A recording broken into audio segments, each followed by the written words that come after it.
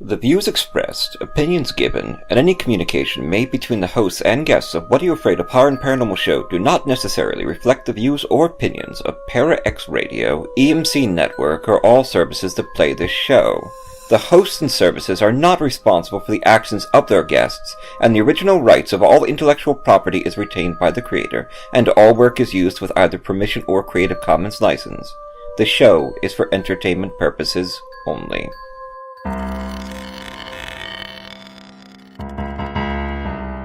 I'm horror author T. Fox Dunham.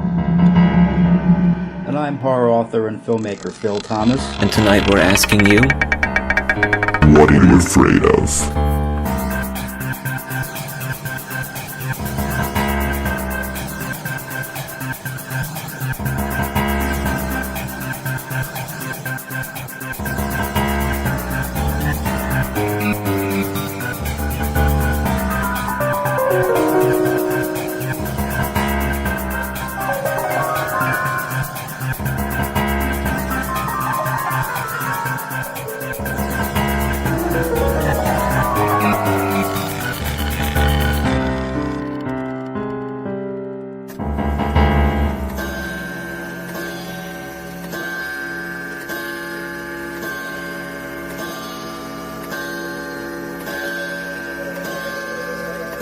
Philadelphia's horror home with hosts T. Fox Dunham and Phil Thomas.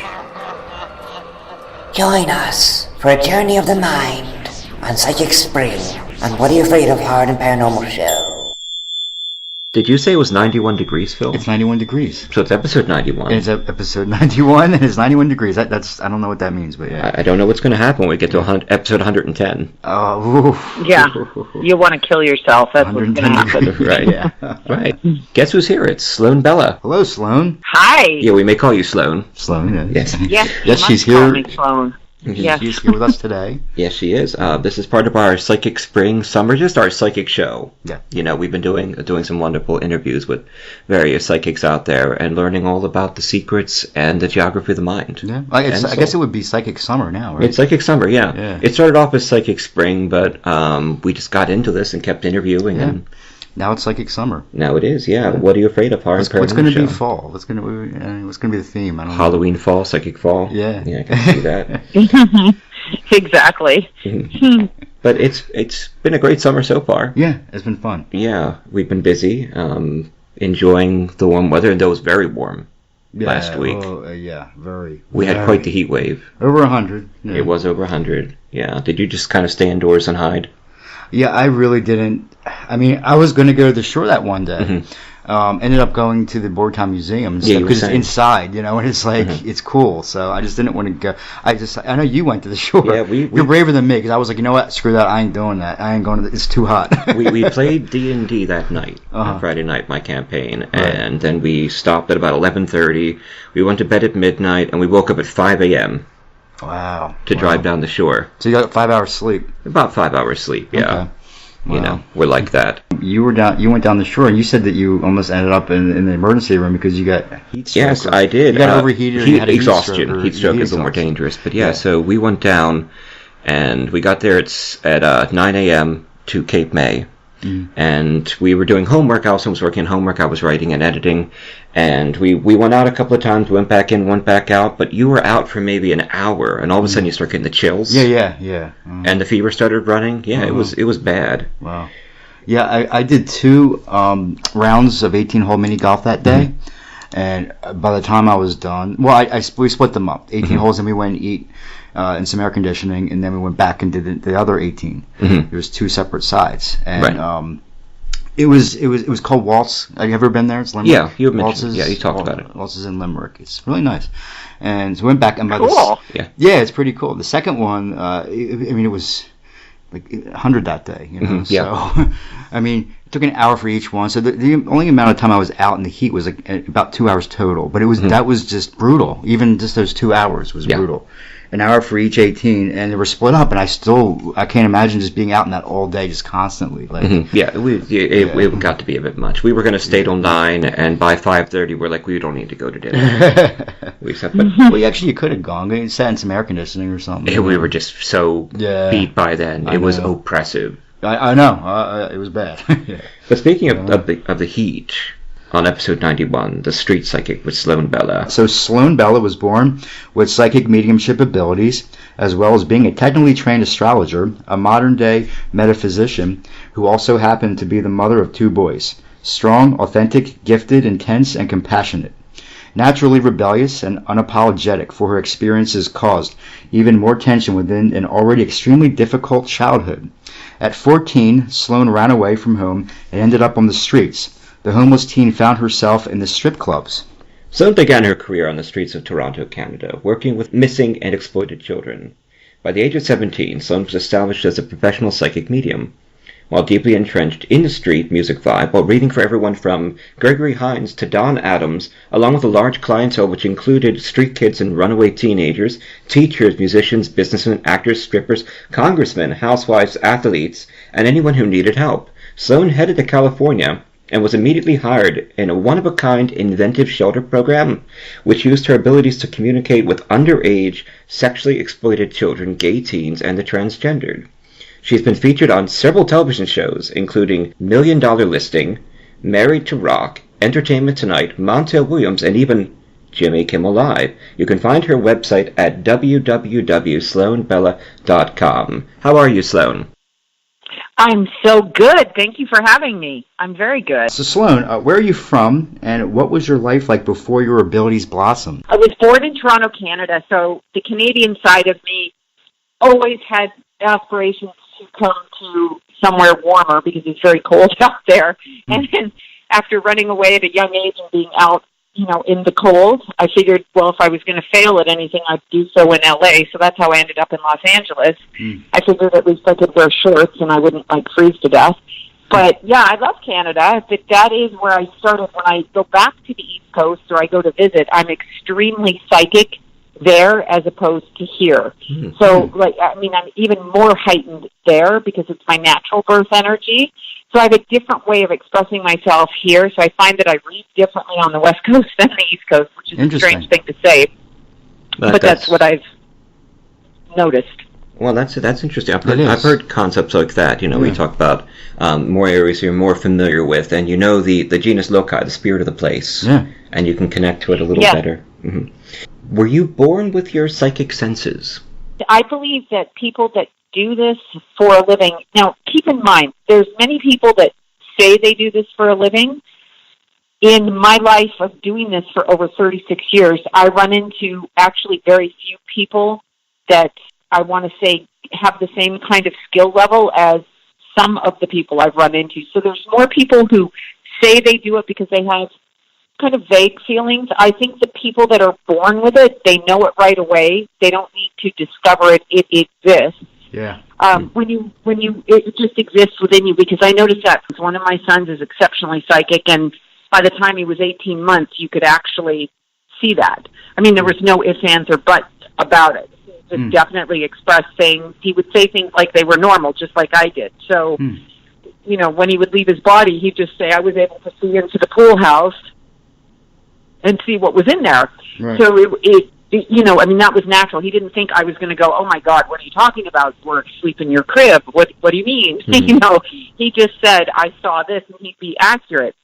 So I believe you're born with it. And I'll take it one step farther. When you actually do this for a living, I believe that it is a calling. So a lot of the people that you see doing it professionally on camera, like with TV shows and this kind of thing, they usually don't let those people express themselves the way that they really are, because it's too much of a controlled environment. So you're not really seeing how the psychic gift really works. They're staging a lot of it, and sometimes the people that do that are not as adept at reading in person. In fact, that's just been my observation. So people who do this for a living, it's not necessarily glamorous, like they want to put it out there. It's day in and day out work. Like, you're not going to get rich. You're not going to do this because you can't. Your energy level is only so much. So, I mean, you could charge $10,000 a reading, but why would you do that? You wouldn't have any clients, I'm assuming. You might have some. You might have some clients from Dubai or something, but they might want something else for that kind of money. They might want something more than a reading, and it wouldn't be from me at my age. So, but it's a real calling. It's not to me, it's the only thing I know how to do, and I've tried to get out of it. I tell people this all the time. There's nothing altruistic. I hate it when people call it a gift or, it's an ability that I was born with. Much like Kobe Bryant is born with a athletic ability due to his height and his background and his gene pool. It's the same thing with me. Right. No different. And it's not. I don't mind it, but if I could be probably a lot of other things, I'd pick those. I have tried, but people always ask me for readings, so it never quite works out. I try to hide, and people, it just happens. I know it's a calling, so I've done it, and sometimes that's a very hard thing to do when it is your calling. Right. I was just looking through the interview, looking to see if I mentioned the word gifts anywhere. Got to remove No, those. you didn't. No, I think that's the problem with our profession, is that they act as though the people who are psychic are special. I don't look at it that way. It's not anything special. It's like playing basketball or being a good seamstress. You said it's something you're born with, and your psychic ability started to develop and blossom when you were young. So can you tell us what that experience was like for you and how it caused turbulence in your family? Oh, yeah, definitely. Well, I was an adopted kid, so I was in a family where they adopted me, and I was close to a year old when I went to my new home and my new mommy and daddy, which, by the way, is all karma. So my mom tells a story of going to look at the babies in this orphanage to see which one she wanted. They kept calling her, we have this baby, that baby. And she kept coming, and there was only one baby that, paid attention to her, and it was me. And she kept coming back because she was looking for other babies to take, but the only baby that, focused on her was me, so she ended up taking me.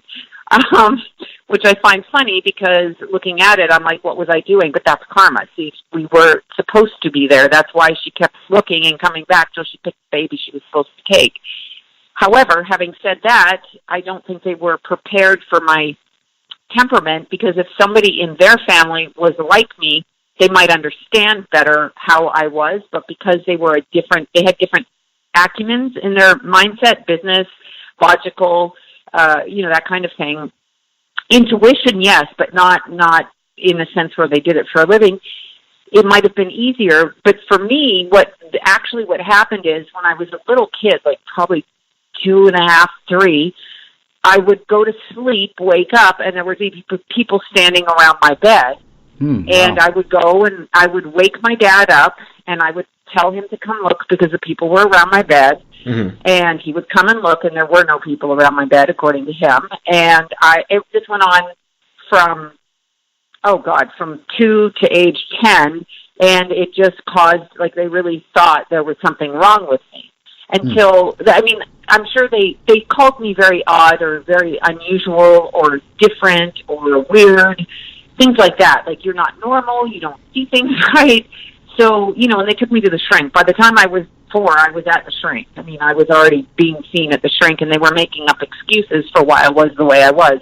She's adopted. There's something genetically off with her. I was actually told I was missing a chromosome. That's why I was the way I was. Oh, geez. Which would make me Down syndrome, I think. But, right. Who am I to argue at this age about that? Yeah. But that's what my mother would tell me. She would say, well, we had you tested, and you're missing this and you're missing that, and this is the reason. And I'm like, well, that's not the reason intellectually, actually. It might be physically something wrong with me, which there wasn't. But anyway, so it went on like that. So they had a real problem with it, and every time I spoke out, they considered it, be quiet, shut up, stop talking.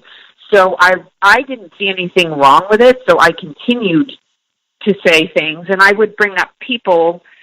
For example, my dad's mother had passed away when he was a teenager, so I never met Christy when I was adopted. So obviously, she's telling me to tell him very specific things. He had been from a religious family, and he had rebuffed it, if you will. And so she came with messages about how he needed to go back to church, and showed me what she looked like, and the flower dress thing, and how he was the more nice of the two brothers, if you will, more focused on pleasing the mother, bringing her flowers and bringing her tea and stuff like this. And I know he believed me, but he couldn't admit he believed me. She came to me for quite some time, and he would become enraged. And at the time, he was into his alcoholic phase, so it didn't go over so well. But when he died, the first person to get him was my son, who was 13, told me he was in his room, only ever saw him for 20 minutes in his life. Wow. Because we did not speak because of this, but my son told me before I got the phone call. I didn't even pick up on it. My son said, that person is in my room with these other people. Then I got the phone call, and that night, my dad came to me I have a nickname that they used to call me. He used that nickname in my bedroom, and actually my husband woke up and said, why is your dad here? So that's how strong my dad was when he passed over. And he said one thing to my son that was very clear. My son came and told me, and it could only be from the other side. He said, my son woke me up, that grandpa is in my room, and he told me to tell you there is a God. That was our argument, because my dad was an engineer, so there was no God for him. Oh, wow. Oh, that's so when he passed, when he passed, that was the message. That was our fight. That's what we thought about when I was little. He got the last word. Wow. Yeah, that's exactly who he was. You picked that up. Yeah, that's exactly. But yeah, that's exactly what happened. But it was very interesting because I didn't feel, he was happy. He was excited to be on the other side from the energy. And for a good 6 months after he passed, he was around. Mm-hmm. So I didn't really, we'd obviously not spoken in years, so it didn't really matter to me that he died, and in that I didn't miss him, and so because he wasn't in my day-to-day life. But after, I had a better relationship with him actually after, because he seemed enthusiastic about who I was at that time. Mm-hmm. Huh. Yeah. And he may have been on Earth, but he just didn't express it. Right. I feel that way sometimes, too. Yeah. I'm on Earth, but I don't like to express it. Yeah. Mercy, a new horror medical thriller from author T. Fox Dunham, published by Bloodbound Books. Based on the author's horrific battle with a rare form of lymphoma that involved intense chemotherapy and radiation, Fox turns the horror of his experience into terror on the page. William Saint is dying of cancer. On most days, death seems like a humane alternative to the treatment. Stricken with fever, William is rushed to Mercy, notorious as a place to send the sickest of the poor and uninsured to be forgotten, and finds the hospital in even worse condition than his previous visit. Willie's memories faded. He grabbed his sack head of the scarecrow, picking at the exposed chicken wire to hold them in. However, the memories fell out of the holes in his face. They wormed and crawled from the leather flesh and the old clothing of the scarecrow, then squirmed and wiggled down his body. The grounds are unkempt, the foundation is cracking, and like the wild mushrooms sprouting from the fissures of decay around it, something is growing inside the hospital. Something dark. Fangoria gives Mercy 3.5 out of 4 skulls. Dunham has channeled his many brushes with the other side into the exquisitely rendered, lyrical, supernatural hospital thriller Mercy. It's feeding on the sickness and sustaining itself on the staff, changing them, and now it wants Willie. Come now, Mr. Saint. Just a little more of that sweet milk. So salty and so good. You won't miss it. And we ever do so like our delicacies here at Mercy Hospital. Part medical horror, part supernatural suspense, Mercy is a hard-hitting fever dream of a novel. I enjoyed the hell out of it. Tim Wagner, author of The Way of All Flesh and Eat the Night. Available from Amazon, Barnes & Noble, and bookstores everywhere in both print and digital versions. Life is an addiction. Let go. Let it all burn. Rat! Rat! Where are you going? I'm going back to the Paranormal View, back where I belong. Please, take me with you. No, I'm through with everything here. I want to see if there's something left in life I haven't explored. Do you know what I'm talking about? Oh, Rat, don't run to them. They talk about ghosts and hauntings, UFOs, and all kind of supernatural scary stuff. You'll never understand, will you, Scarlet? No! Well, that's your misfortune. Rat! If you go, where shall I go? What shall I do? Frankly, my dear... Line! Oh, you gotta be kidding. That's the Paranormal View with your host, Henry Foister, Jeffrey Gould, and Barbara Duncan. Every Saturday night at 8 p.m. Eastern, exclusively on the Para X Radio Network. Are you haunted by shadow people in the middle of the night? Do you secretly love all things creepy and spooky, enjoying ghost stories and horror fiction from the best storytellers? Do you have a true ghost experience you want to share, but no one will believe you? If yes, listen to the professionals on What Are You Afraid of? Horror Paranormal Show Friday nights at 9 p.m. on Para X Radio and at www.whatareyouafraidofpodcast.com. What Are You Afraid of on Para X? Our creepy and demented hosts are on call to provide you with all your spooky needs with true ghost stories, interviews, indie music, and new horror fiction. We are ready to scare you. Para X. 14, after all this turbulence, you ran away from home. You became homeless, just trying to survive, even finding yourself even working in strip clubs. And to quote you, you said, life experience and the way we continue to pattern our thoughts and beliefs force us to deal with the blocks and traumas that need to be released in order to find our potential on a soul level. At the point you were already developing your psychic abilities, how did your experience as a homeless teen help influence your psychic perceptions and development as a metaphysician? Oh, well, if you live that kind of life like I did in those clubs with the people with all kinds of very strange energies, if you will put it, all the way from people that are sad and depressed, addicted, childhood abuse, sexual abuse, physical abuse, violent abuse, you will find that you learn how to help them shift the energy. And then I was able to clear the energy. So I started working with people really young, but it wasn't in a very altruistic way, as in, how do I find God? How do I become a better person? It was more like, if I go out tonight and I pick up a couple of tricks, am I going to end up dead?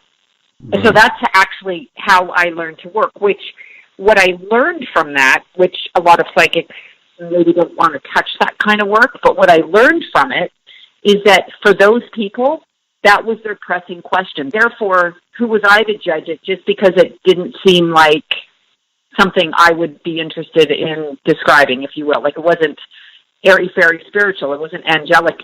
But you're helping the soul move forward. So I learned how to not really judge people, no matter what they ask me. And believe me, people will ask me questions that, as I would consider really stupid.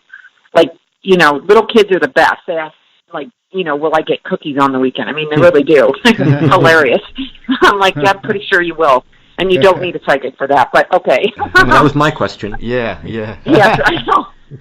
Yours is for a different reason, though. The cookies are being held back from you. It's a different reason. But I learned that, and I learned also not a person's pain, whatever their pain is. Like, let's say you're 10 and you can't play baseball, okay, because you didn't get on the team.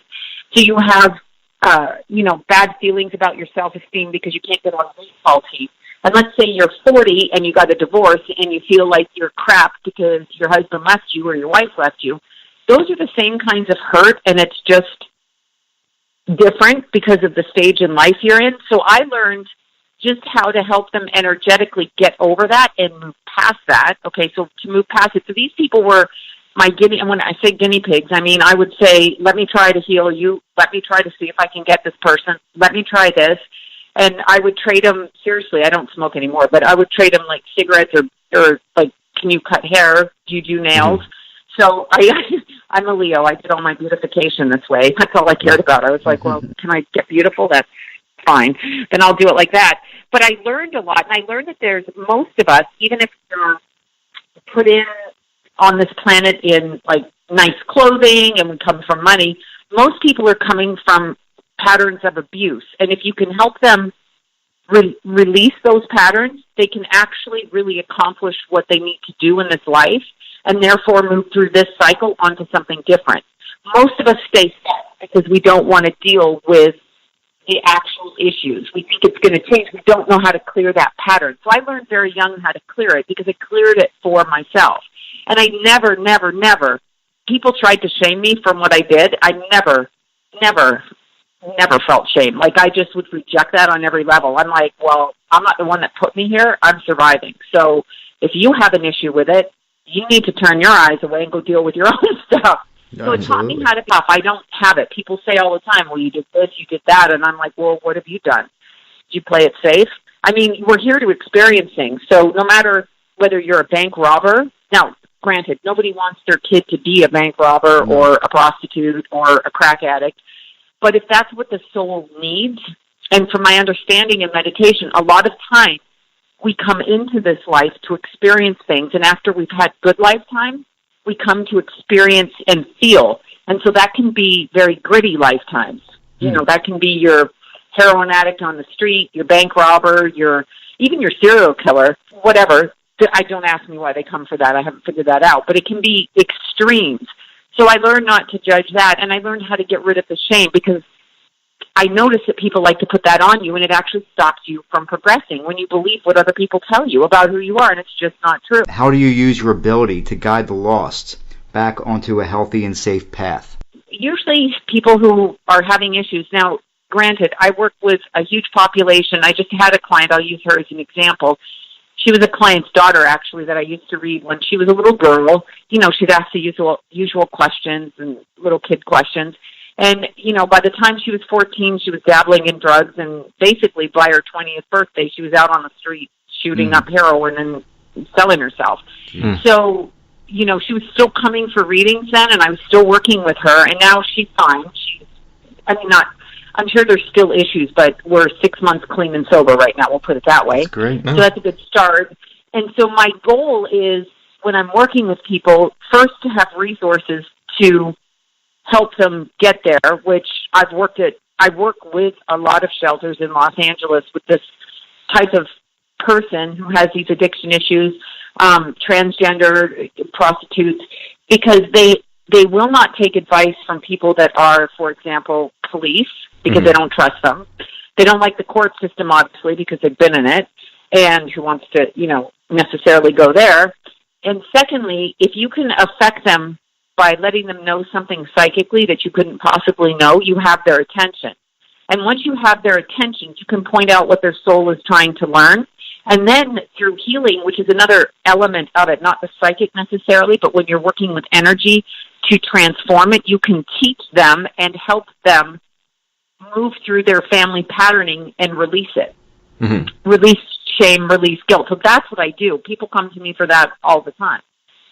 I mean, that's what they come for. So I'm like, well, you're responding this way because of this, this, and this. And I'm not talking like because your dad smacked you in the head, you know, you're an angry kid. I'm saying astrologically and psychically, this is what I pick up, and this is how we correct it. So I have them do things according to what I pick up about them to help redirect their thinking.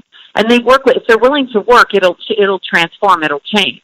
They'll remember something that you said, and they'll work on themselves because they'll believe that somebody isn't judging them, and that's the point, because I'm just giving them information.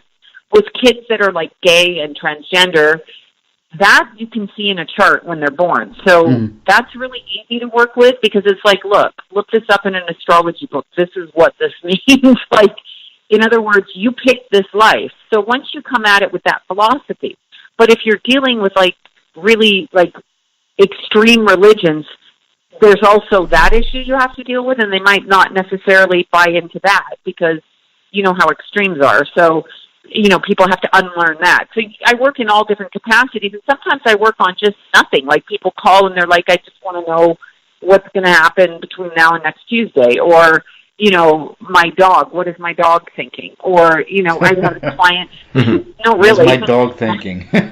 Yeah, nice. Exactly. That 24/7, that one comes up. Is my cat plotting to kill me? Yeah, you know the cat's dying to kill you. That's what they live for. They're all waiting for us to die or feed them. And they take over. Yeah. Exactly. But, for example, I had a client that was a horsewoman, used many horses, and she actually called me on the way to the vet because she had to put a horse down, and she wanted me to communicate with him while she was taking him. So I was on the phone with her, the vet, the horse. I mean, it sounds really strange, but as he was crossing out, I was able to tell her what I was picking up from him so that she could, that was the love of her life. So I've done stuff all the way from that. Animals are different. They're easy to read. They're not as convoluted as people. You know, they're pretty basic in that they, you know, they don't have a whole bunch of like jacked up exterior motives. Sometimes people come to psychics and they don't want to know, or They say they want to know and they don't, or they don't really want to hear it when you're accurate. They don't like it because they think you can see all of their stuff. You're not really looking for that, though, but they think you are for some reason. So they can be afraid of you. It sounds like you're more than just a psychic consultant, reading about your history and listening to your story, and reading about your own pain and what you suffered and the abuse you went through. Do you think you're using your abilities to fight a war? Oh, a spiritual war, definitely. On Earth, yes. There's definitely evil. It's called drugs, yes. I call drugs Satan because, and I know people smoke pot and they think it's okay. They can do what they want, by the way. I don't care if you smoke pot. My 2 kids may have smoked pot quite a bit and may still be doing it. As they push things like alcohol, drugs, psych meds, when I read people who are, especially on psych meds, I can't reach them. It's like they're dead. They're bland. But what happens is, and people don't necessarily understand this or even believe it, but what happens is when you take something that alters your brain chemistry, your mind, your body, and I don't care if you're in the hospital, you had a bike accident, you took morphine. I'm speaking about that as well. But that would be a one-time thing type of thing, if you were in an accident as opposed to taking it daily, hopefully. But what it does is it opens up the body's energy field. And keep in mind, we have a physical body, we have an etheric body, which is our spirit body, and then we have a mental body, and so which is the way that we think on a spiritual level. All of that is inside of our physical body. But our physical body, we can come and go out of it. And so with drugs, people come and go out of their bodies. Now, when you physically are here, but your spirit energy has left the door open and you're out wandering around there because you're high or you're whatever, high, drunk, then it leaves room for things to come in and corrupt your energy. And I was using, on another show I did just this weekend, I was using the example of Anthony Bourdain as opposed to Kate Spade. He was hearing voices as he was deciding to kill himself. That's what I could pick up. Now, I'm neither a fan or wasn't even really aware of them because I don't watch TV. What happens actually is the body energy is corrupted by these things. And in the case of somebody like Anthony Bourdain, who already is prone to addiction, prone to depression, and prone to the negative mindset, which are all things, quote, of the devil, which makes me sound religious. However, I'm spiritual, not religious, but or I'm all religions, if you want to put it that way. However, what happens is he was hearing voices. What he was unaware of was if those were his thoughts or somebody else's thoughts. So I actually consider something like that, and it goes on all the time, where it's murder from the other side. In other words, the spirits that don't like the light or are more invested in bad behavior, if you want to put it that way, and have fallen away from their soul path, they don't always want you to succeed on this side. So they throw, it's weird. They throw temptation at you, and if you like too much food, too much sex, too much booze, too much whatever, they begin to get a way into your thinking to corrupt it. Because then there's something that happens when people cross over where they're off their path. And I'm talking their spirit path. They become off of it. And so it creates a detour in their ability to actually go after what they want in this life. That's what I'm trying to teach people. Like, just because you can do drugs or you're 21 and you can smoke cigarettes and you can do all of that, that's all really great. But it isn't great because you have to be able to keep your body contained in order to keep your power to achieve, because this planet's energy is not of the highest, okay? We pick to come here for the experience, but it's not like it's living on a cloud and in heaven. It's not, it's both. Right. It can be, but it isn't all of it. So you have to really keep your power in order to get over the energy. I can feel the energy of the earth, and it's not the nicest. Right. I can feel the energy of the earth. Yeah. And it's not the nicest. Right. Well, no, it's not. We're talking to Sloan Bella yes. on What Are You Afraid of? Horror and Paranormal Show. And you can find more information about Sloan Bella at our website at www.whatareyoufraidofpodcast.com. And you can go there to check out information about all of our previous shows. We've got a page up for every show with lots of links, biographical information, photographs, that stuff. Yeah. Over at the website at www.whatareyoufraidofpodcast.com. And we will be right back with Sloan Bella.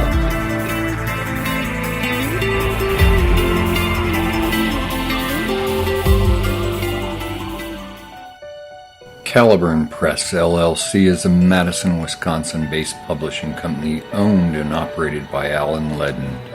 Caliburn works with talented writers, artists, editors, and marketers throughout the United States, and you can find their books through their many imprints that include Damnation Books, Eternal Press, Malaferia Press, Ciento Sordida Publishing, and Spiro Publishing. Please visit their website at sites.google.com/site/Caliburn Press LLC/home, or Google Caliburn Press to check out their growing list of titles on Amazon.com, BarnesandNoble.com, and any other place fine books are sold. What are you afraid of? Hi, I'm Tim Wagner, Bram Stoker award-winning author. Hashtag Grave Girls. This is Katrina Weidman of Destination America's Paranormal Lockdown. This is Jim Chambers. I'm the author of The Engines of Sacrifice. This is Jasper Barr, award-winning author of The Final Cut. And you're listening to What Are You Afraid of? What Are You Afraid of? To What Are You Afraid of? What are you afraid of? Love it. Fantoxic, please. Fantoxic. 35 miles east of Venus, or quite possibly closer, like along the Balcones fault line in South Texas, or maybe even the Eagle Ford Triangle. It's the Basement Files with Jenna Valadez. Finally, winter is icy and dead hand releases from our heart. It's summer. A time for cookouts, swimming, fishing, kayaking, campfire ghost stories, and zombies. Oh, see how they frolic in the parks and fields, eating squirrels and deer, shambling about in fun, riding away in the summer heat. That decomposing smell of roadkill in the oven is the fun smell of undead zombie fun. Fun composing. Now see how they join your barbecue, eating picnickers. What fun! Lemonade and spleens.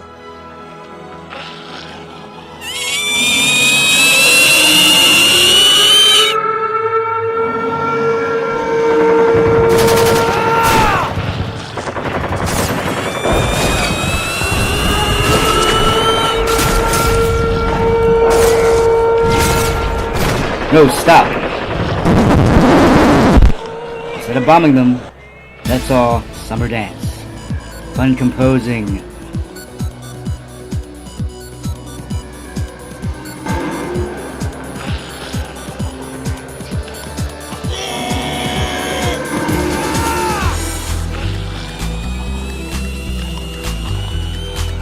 Okay, I guess that didn't work. Back to the bombing.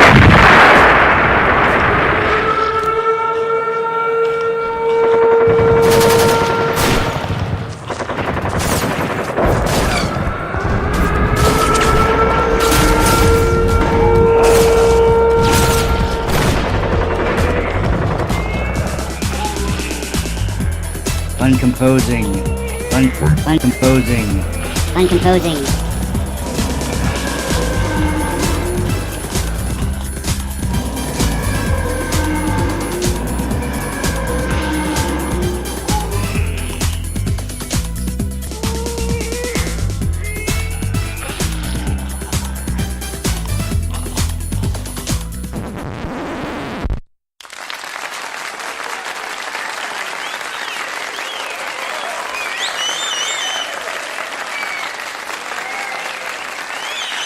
We're back with Sloan Bella. Yes, we are. Fascinating interview. Oh, yeah. Episode 91. I'm very much enjoying this. The Street Psychic. Do you have any stories about celebrity readings that you'd like to share with us? Okay, so my favorite celebrity story, or my most odd celebrity story, if you want to put it that way. Okay, the late Anna Nicole Smith was a client, but she came to me via way of her girlfriend. So at the time that I knew her, she was living with a woman. The woman on her show, Sandra, who used to do her hair and makeup and was actually on the Anna Nicole Smith show, was a client of mine and somebody I knew around town. Met her through another girl. Anyway, that's how Anna came to me. So it was word of mouth. Wasn't anything I went out looking for. And after her son passed away, she really was having an issue with that, obviously. Okay, that's a huge problem there. Yes. And she was very broken and postpartum and had all kinds of issues. Apparently, unbeknownst to me, I told her girlfriend that she wasn't going to make it through a certain point in time. I kind of told her in the girlfriend's reading, okay, not with Anna, but Sandy's reading. I've forgotten all about it because I don't remember what I say. And so anyway, fast forward, Anna Nicole Smith passes away. So I get the call before it hits the media because Sandy calls me because she's around where this happened, and she tells me.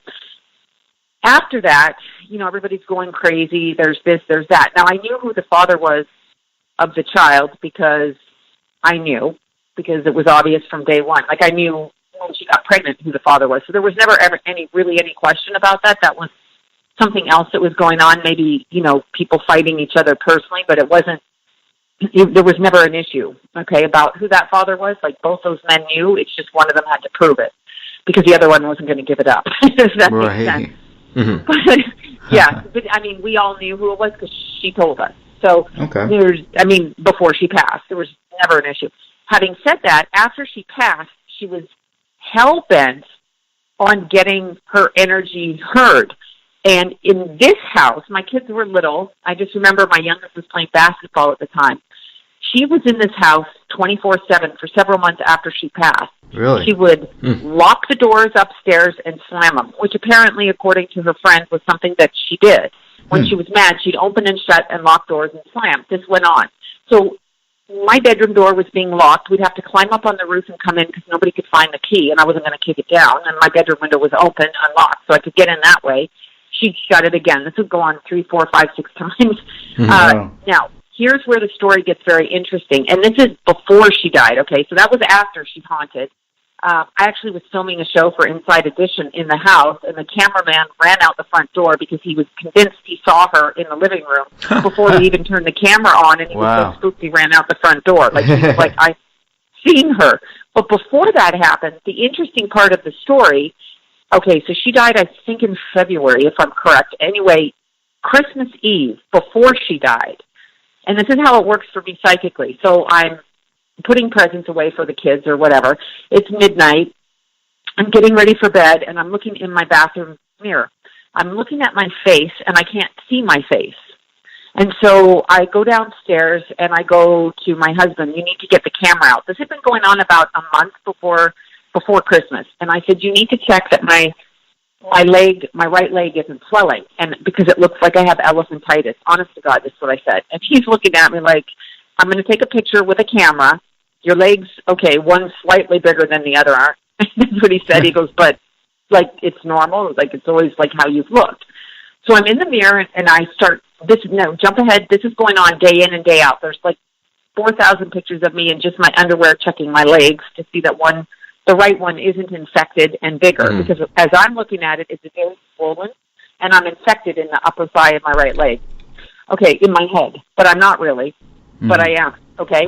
Right. So in Christmas Eve, I'm standing here, I'm in my pajamas, looking in the mirror, and I can't see my skin. I can only see my skeleton. This is true. So I start screaming. My husband comes in and goes, are you okay? And I said, I can't see the skin on my face. And he said, well, it's there. And he has to take another picture to show me with a camera, because dead people don't show up on the camera usually. So very poltergeist. In my head, I'm like, take a picture. Just, I want to see. So he does. And I said to him, I can't put the makeup on my face because the skin fell off and I'm just bones. I said something like that to him. He's like, okay, I'll make you some tea. And I'm sure he put some kind of herb in the tea, and then I went to sleep, all right? So anything, shut me up and go to sleep. Jump ahead, she passes away. That whole week when they got the body not on ice, they're holding the body before they release it, because she's in Barbados or Bahamas or wherever she was. Sandy has flown there to put the makeup on her. She had very specific instructions, put pink hair extensions in, do the makeup this way. It's going to be an open coffin. Put this dress, blah, blah, blah. Sandy calls me the morning of the funeral, hysterical. Her words are, I can't put the makeup on her face. They didn't keep her cold. She's just bones. I can't do it. There's no skin left. Oh. That's exactly, because they don't keep our bodies like they do here, or, however.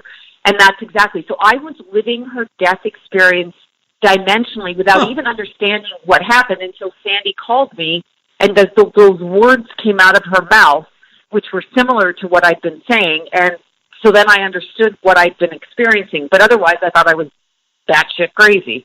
So I just thought I was a crazy girl. I would have thought that. The energy of Anna crossing out of this world was going to happen because I picked it up several months before because I was living it. So I was experiencing her death experience the way that it was happening without actually dying, which was really, really interesting. So that is my most interesting, odd, bizarro celebrity story from the other side to this side to both sides.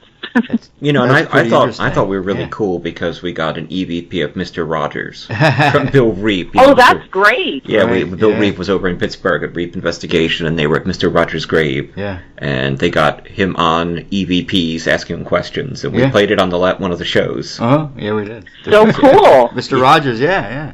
What is the afterlife like? Okay, that's hilarious. How the heck would I know I'm not there? Wonderful. Yeah.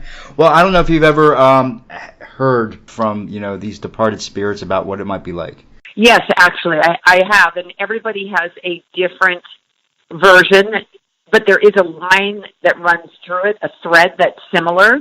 It basically depends how and why you crossed over, and where you choose to go and what you choose to acknowledge on the other side. It seems that we have a lot of control over where we go.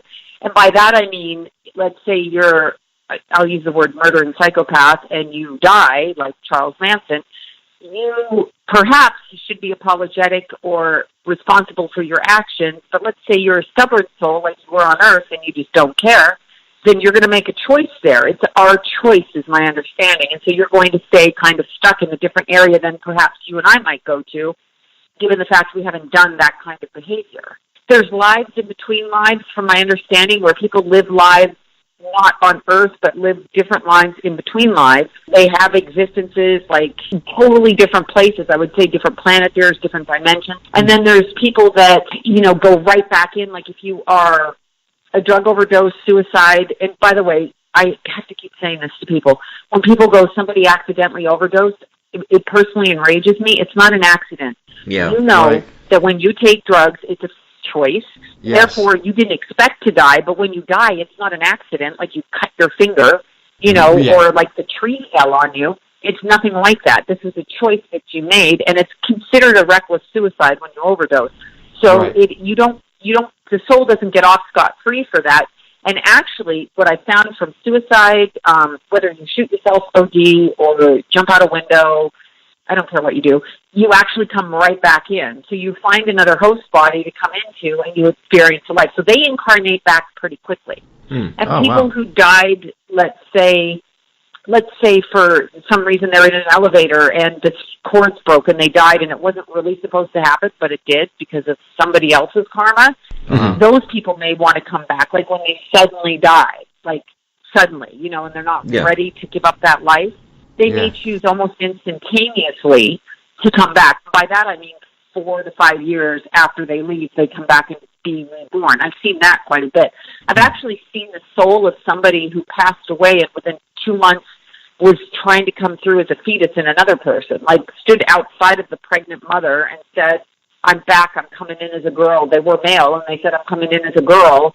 And they were trying to get back in, and then they came to me when the woman was 6 months pregnant, because I knew her, and I could see it. I never repeated this out loud, but the soul, the spirit said in his male form to me, I'm not going to be born. And then I was thinking in my head, well, you're like 7 months pregnant, so where are you going? And then I was like, oh, crap, she's going to miscarry.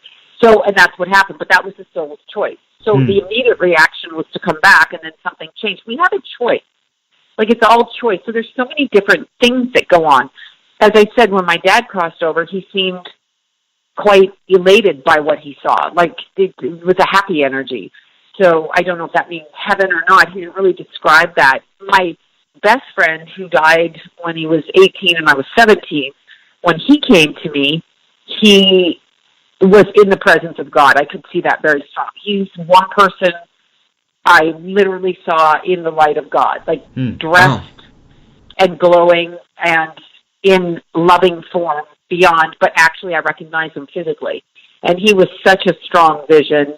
And his only words were to me, and I was young, was, "It will be okay. You're going to be okay." Those were his only words, and then he left. But he was in the presence of God. Like, I could see from the energy. I don't see like that anymore. I kind of hear them or feel them. I don't quite see it that strongly. But again, I was on the East Coast at the time.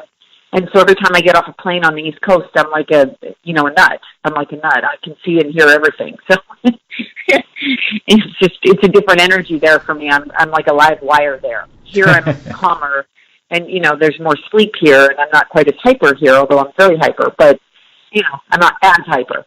So it depends really on how they choose to show themselves and what they choose to reveal. And I don't know that on this side we really understand the depths of everything that goes on. There's threads of similarities through all cultures and all religions and all spiritual forms and practices. But the actual specifics, I wouldn't even begin to say I know what that's like. By the way, the way you described LA, I'm going to move there now with my wife. We need to be in a calmer environment. Philadelphia's too crazy. I can't take it. I've gotten to know Marina Anderson a bit. I've talked to her on the phone several times, and she's just a lovely, lovely person. And she wrote a tell-all about her previous husband, David Carradine. Right. And how did you help her with the book? Well, because I know Marina, I met her actually when she was, I believe it's been so long now, but I think she was separating from David at the time. I don't know that they were divorced, but it was through all of that time frame. Well, she called me when he died, and I was able to get her information about how his life had gone and why he behaved in certain ways. And I can't remember exactly everything I said to her because, again, once I'm getting it, I get it. I type it up. In her particular case, I remember sending her the email with everything that I got. But we spoke about, like, what it was at the time that happened to him. And he was not in the hotel room by himself. Like, that was obvious. Mm-hmm. That was something else going on. And they just blamed it on, like, he just hung himself from, the closet because he was, he was being a freak and doing whatever. Right. And it's not actually that. I got very distinctly it wasn't that, but there was a lot of stuff in David's childhood too that he was trying to release. So when I picked up on him, there were many things going on with him from his childhood. Mm-hmm. Many, many things. So it was interesting. You were on Montel Williams. What was Jimmy Kimmel like? That was interesting. It was an interesting thing. I didn't get to spend too much time because there was a group of us. So that was an episode, and what did we do? I think they asked us questions like predictions about, for example, weather, politics back then. It wasn't this president, it was before that. And stuff like that, like health issues or medical issues. What I found interesting, though, is when they went to book me a second time on the show and called me, they're like, "Can you come in?" And I'm like, "Sure." And I think it was around Halloween, and then they called back and they canceled the booking. And I was like, "Okay, why?" I asked the booker why, and she's like, "Because you're too attractive." True story. Because they wanted to make fun of the psychics on the show at that particular time. Oh, wow. And so they can't make fun of somebody who looks like me because I don't look like you could make fun of me. I mean, you can make fun of me, but people are just going to go, "What are you doing?" Right? So I think, because I don't fall apart with it, but they were looking for somebody that they could block psychically. So that's what I would say with that. That sounds like really weird. And this is a few years back, but that was the tone of the show. So I don't even know who they got for that. It might have been a spoof thing. I really did like Montel. He's a huge fan of the psychic. I liked everything about him. He's nice, and I was on there several times, and that was fun.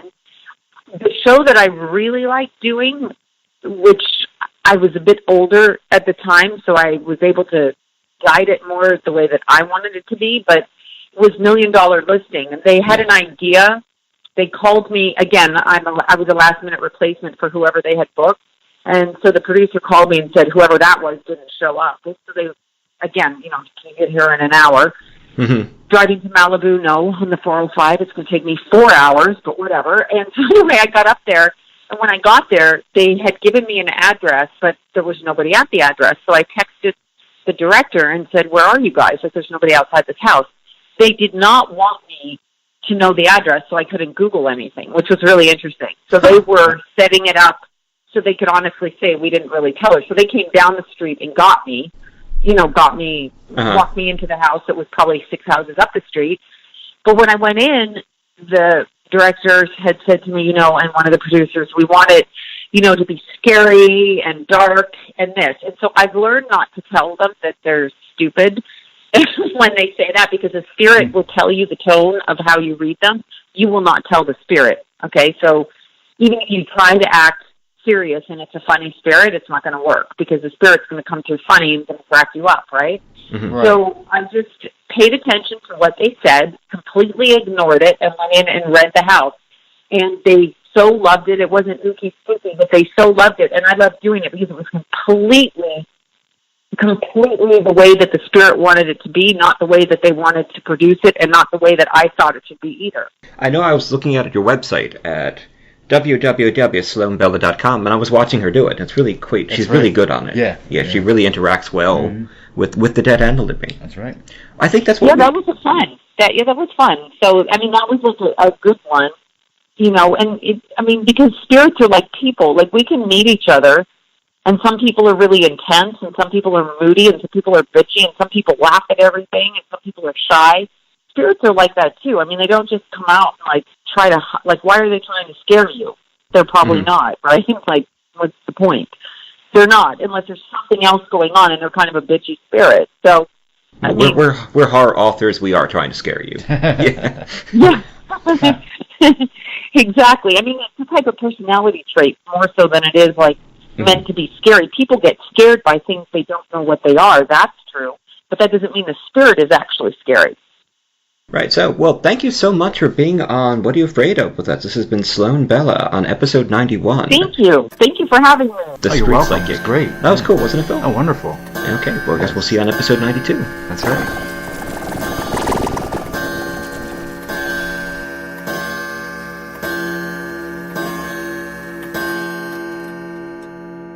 The cat's dying to kill you. That's what they live for. T. Fox Dunham lives in Philadelphia with his wife Allison. He's a lymphoma survivor, cancer patient, modern bard, and historian. His first book, The Street Martyr, was published by Gutter Books. A major motion picture based on the book is being produced by Throughline Films. Destroying the Tangible Illusion of Reality or Searching for Andy Kaufman, a book about what it's like to be dying of cancer, was recently released from Perpetual Motion Machine Publishing, and Fox has a story in the next Stargate anthology from MGM and Fandemonium Books, Points of Origin. Fox is an active member of the Horror Writers Association, and he's had published hundreds of short stories and articles. His motto is Wrecking Civilization, one story at a time. Phil Thomas is an author and screenwriter from the suburbs of Philadelphia. His screenplays have been produced into feature films False Face and Always from Darkness, and are available in major retailers such as Best Buy and Target, as well as availability on Netflix and Amazon On Demand. His short films can be viewed on his YouTube channel, Film Zero Presents. He is a member of the International Association of Professional Writers and Editors, and he currently writes for Cultured Vultures, Game Skinny, and BloodyDisgusting.com. His first novel, The Poe Predicament, is being published in 2018 by Caliburn Press.